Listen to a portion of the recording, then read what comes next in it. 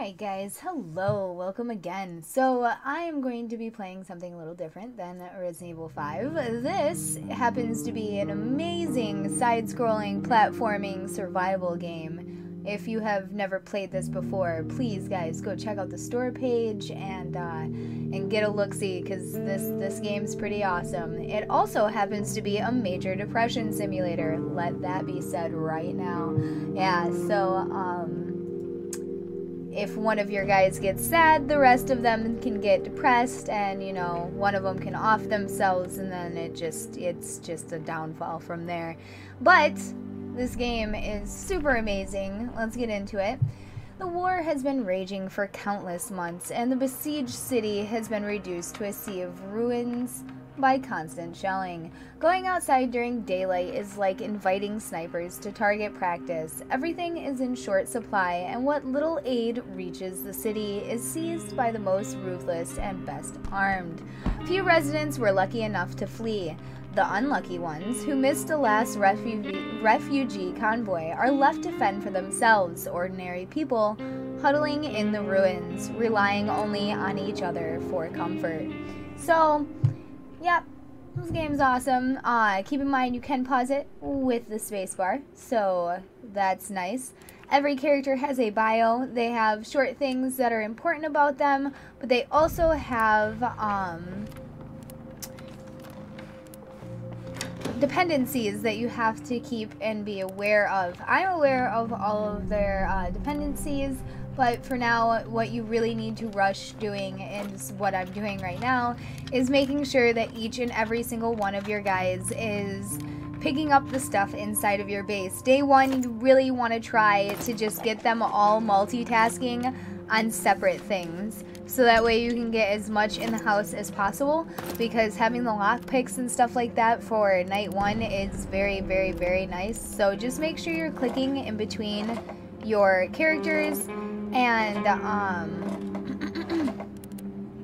and having them do what's most important, because these rubble piles are going to take forever and a day to actually dig through. So getting them through these doors and into these rubble piles as soon as possible is very, very nice. We're getting some combustibles, we're getting some lockpicks, we're getting some component boxes and some wood. This is turning out to be a great day. As I said, you really have to try and multi-manage. This game does have a lot of multi-management, but at the same time, if it's your first playthrough, you probably won't be trying as hard as what I am to get through it. So, yeah. So you can pull the sides of the screen by moving your mouse over it, or you can do it by clicking and dragging, which is very nice. A lot of this game is, you know, so something broke, I can fix it. Any worthless trash lying around, I can make plenty of useful stuff out of junk. And don't waste material. All of them. Parts, bits of wood, plastic pipes, and all other things. I know how to make tools, furniture, stoves, heaters, whatever. Given enough time, I can make this place almost look like a proper home. I wish I was equally simple with mine. So he's a handyman and a coffee drinker. Keep that in mind. Each of the different characters, as I said earlier, had dependencies, and each of their bios are different. And later on, once we've gone through multiple days, it will each of their bios will update, and they'll be like, so on this day I was really happy because we had a lot of food, and on this day I was really sad because I realized that, you know, wood's in short supply. It's different for each playthrough. One of the best things about this game is that each time you play it, it is a completely, well, not a completely, but it is a different playthrough. So you'll get different people, you'll get different amounts of people. At some point there is a winter that will start, and that can be at any point during your playthrough. The war can end at any point after, I believe, 30 days, but it might be 20 now, because they have had, the game gets, well, it was getting a decent amount of updates. Now that I think they've slowed down a little bit, but that's also because the game's like completely like out now. So Yeah, but I believe they might have changed it down to 20 days, but irregardless, the war can end at any point in time in which the game is over. There is a winter, there are a bunch of random events that can happen, as well as people showing up to your house, which are like little mini events. By big events, I mean stuff like there'll be fighting, and then at one point there'll be too much snow to actually allow you to get to certain parts of the city. So those are like major events, and then you have minor events where people will come to your door, and they can range anywhere from helping out a neighbor because she is worried about her and her children surviving, and she wants you to help her patch up the house, all the way over to helping armed people take out humanitarian supplies. There's a bunch of different things, and you can get a wide range of them when going through. So my highest suggestion would be that obviously you need the metal workshop, but you need to have the metal workshop upgraded to level 2 as soon as possible, though not negating the other needs that you need, or the other things that you need to have built. Having a metal workshop, the metal workshop is how you make your weapons and your tools. So obviously that's really, really important. And at level 2, it can make a hatchet, which means that you can break down a lot of the wood items inside of your house for wood and burnables. And wood is really hard to move because you can only move 2 of them at once.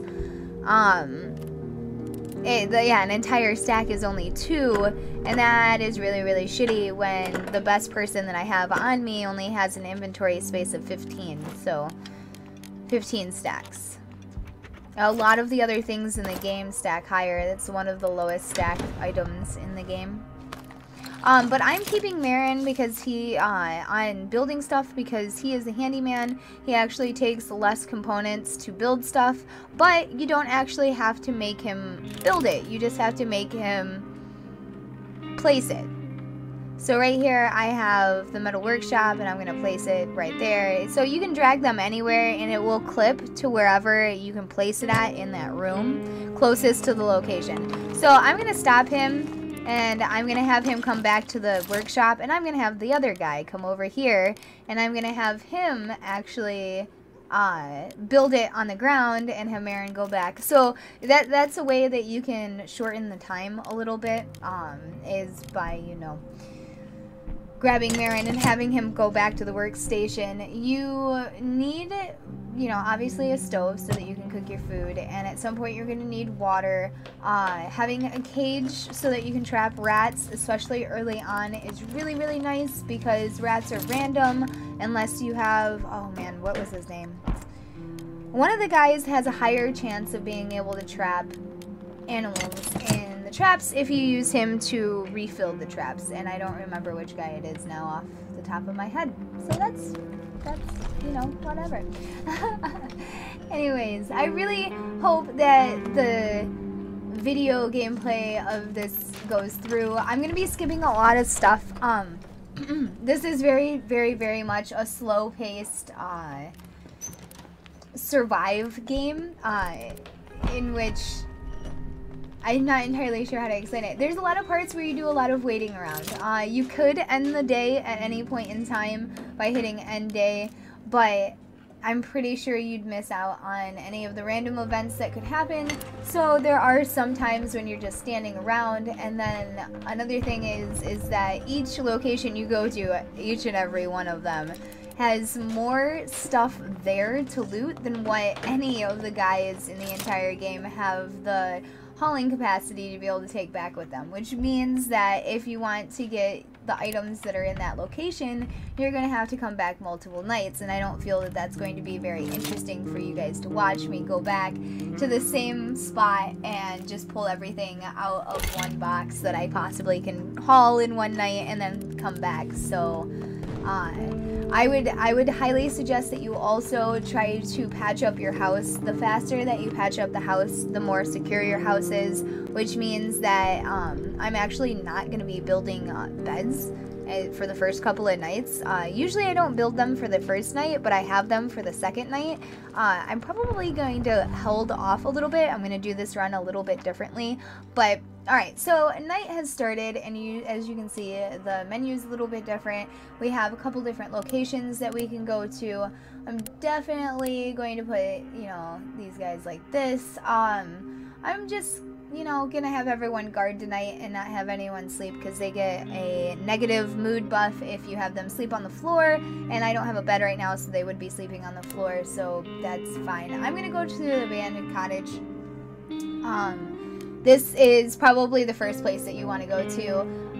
The shelled cottage is alright, though. We'll get into that later. I don't want to spoil too many things, but there's a couple of different events. So that's another thing that can happen in this game.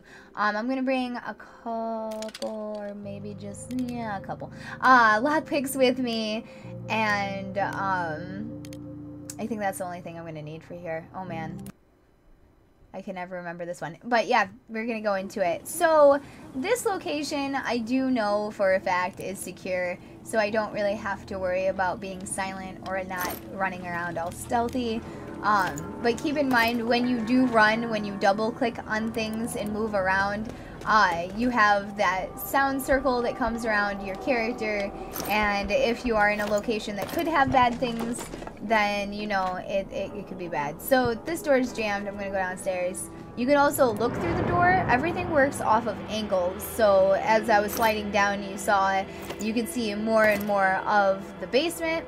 One of the things that I can highly suggest that you always do for every location that you go to is you find a spot, usually outside or close to the outside, and that's where you're going to put everything that you've scavenged.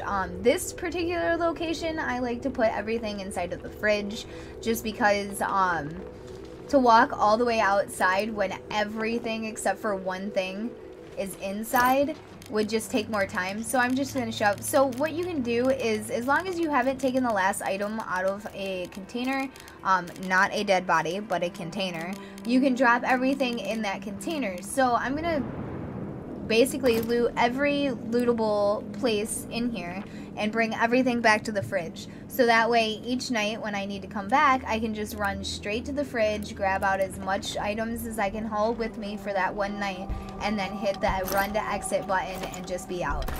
It's quick, it's easy, it's simple, it's efficient, and also, if it gets to the point where, hey, I have enough wood for now, but later on I might need it, like say for the winter when wood's really, really scarce and I don't have a whole lot of burnables and blah, blah, blah. There could be a plethora of reasons. You'll know where everything's at, instead of only looting, you know, there's multiple reasons as to why it's really good to pick one spot and put everything in there. Not only does it make it easier for relooting, but for the first night looting, deciding what you want to bring back with you, it makes it so much easier, because you'll be able to see what you have full stacks of and what you know, you don't have full stacks of, and it just makes it a lot nicer. Make sure that you always read all of the info things, like the thing upstairs happened to say that, you know, he's never going to use the gun again and that he buried it in the backyard. So now I have a new lootable location, which is a broken gun, which at the very beginning of the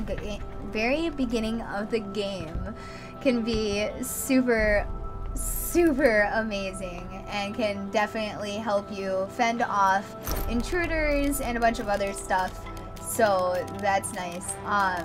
But yeah, so just, you know, keep looting and doing stuff. I'm probably going to skip through the nights until I have this place entirely looted, but I'll be showing you the day gameplay. I don't know, it just kind of depends on how long this runs, because I don't want to do half-an-hour episodes. Like, people don't like sitting and watching for half an hour when most people's videos are like 8 to 15 minutes long, and mine are usually like 20.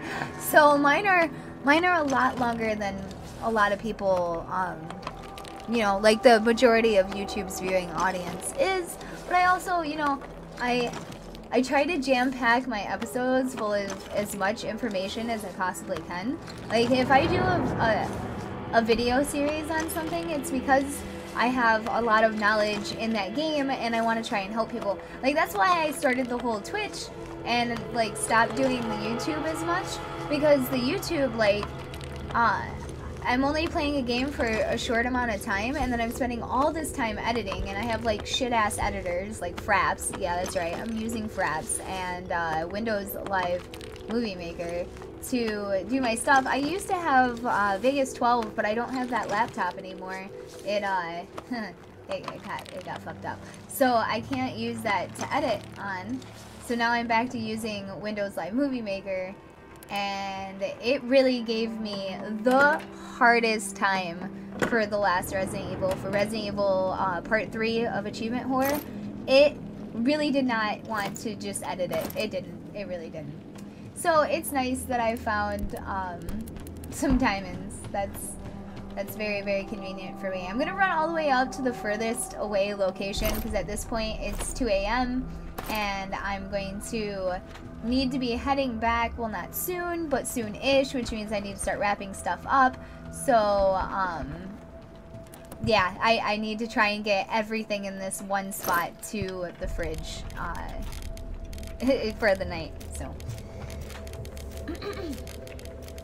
also, thank you to everyone that has subscribed and thumbs up my videos recently. You guys are amazing. I'm still being hit by the 4chan trolls, and so each one of you that actually do take the time to thumbs up my videos, you guys are amazing, and I fucking love you. Keep doing you.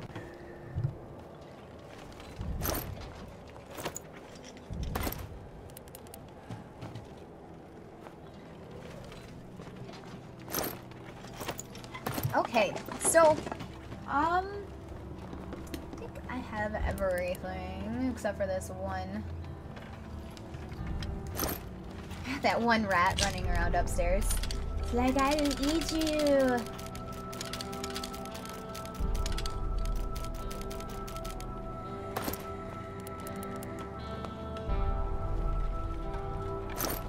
But, the little red circles, like what the rat was, giving off, are the same red circles that you get for actual enemies, so keep that in mind, guys. We will be seeing actual enemies later on when I come across different locations, or at least I hope so. I seriously doubt that it will give me a completely 100%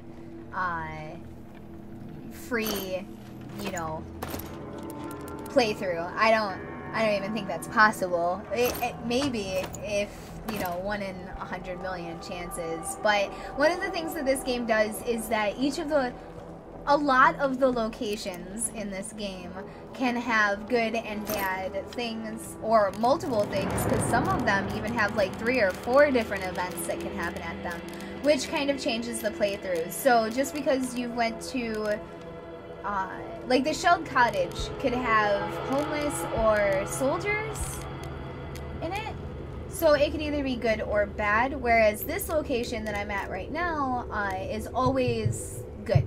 There'll never be people here. This place is always a nice place, which is why I brought you guys here for the first night, so that you guys can get a feel. But see, what I'm doing right now is I'm just rolling through, because now everything in this entire place is in this one lootable box, so I'm going to decide what I want. I know food's really important, but at the same time I can use it to trade, and I don't have a full stack. I'm gonna grab those rotten tomatoes. They're fertilizer, and the reason being is I can use them in the traps.